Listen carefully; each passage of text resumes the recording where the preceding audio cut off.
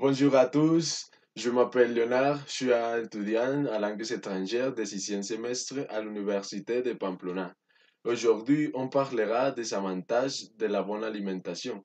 Mais pourquoi des avantages de l'alimentation? Bon, c'est parce qu'en pratiquant de bonnes habitudes alimentaires, on peut améliorer la santé et le fonctionnement général du corps. Ça sera comme changer notre façon de vivre, ça sera magnifique. Maintenant, l'information nécessaire qu'on doit savoir à propos des aliments sains. Et bon, on bénéficiera des avantages d'une alimentation saine en mangeant des aliments faibles en graisses et riches en vitamines et protéines. Il y a beaucoup de nourriture qui fournit les éléments nécessaires pour le développement sain de notre corps, c'est-à-dire qu'il renforce notre système immunitaire et notre énergie pour développer les activités de chaque jour. Il est très important de savoir qu'on doit consommer de la nourriture variée, puisqu'aucun aliment est parfait. On a besoin de différents nutriments et aussi de plusieurs de calories tous les jours. Pour l'instant, je mentionnerai quelques avantages d'une alimentation équilibrée. Bon, la première, c'est la perte de poids. C'est très important parce que, par exemple, si vous voulez avoir l'air d'une personne sympathique ou peut-être d'une personne avec de bonnes conditions physiques, afin d'attirer l'attention d'une belle fille, la bonne alimentation vous aidera.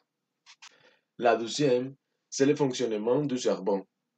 C'est-à-dire que notre cerveau sera plus alerte et rapide en quelques contextes. Par exemple, pour la solution des problèmes ou la solution d'exercices mathématiques, peut-être. Bon, il y a aussi des nutriments comme le potassium qui sont directement impliqués dans le fonctionnement des cellules cérébrales. Et voici un fait intéressant à propos de la nutrition. Écoutez bien, ce que certaines carences nutritionnelles augmentent le risque de dépression des personnes. Il est très important de savoir cela. Et la troisième et dernière, c'est la lutte contre les maladies. Bon, il y aura moins risque de tomber malade, surtout des maladies cardiovasculaires, le diabète, l'arthrite, l'ostéoporose, le cancer, entre autres. La nutrition correcte favorise les triglycérides, le cholestérol et prévient de nombreux problèmes de la santé dangereux. Les fruits et les légumes sont chargés d'antioxydants qui sont des substances qui neutralisent les cellules du cancer. Et en conclusion, on doit éviter la consommation excessive du sucre et en plus de l'alimentation saine, on devrait commencer à faire de l'exercice, arrêter de fumer si vous le faites et on va progressivement voir la besoin de se sentir bien dans tous les aspects de la vie. Avant de finir, je veux vous donner un petit témoignage de moi-même. C'est que quand j'ai commencé à changer mes habitudes alimentaires, c'est-à-dire à bien manger, à faire de l'exercice et arrêter de fumer, j'ai aussi commencé à sentir que j'avais beaucoup plus d'énergie pour faire quelque chose et que j'étais plus alerte et concentré dans tous les aspects de ma vie. Et maintenant ma condition physique a amélioré beaucoup en même temps que ma santé. Et c'est pour ça que les bonnes habitudes, les habitudes de l'alimentation, des sports, se sont devenues une façon de vivre pour moi. Merci pour votre attention. On se voit la prochaine.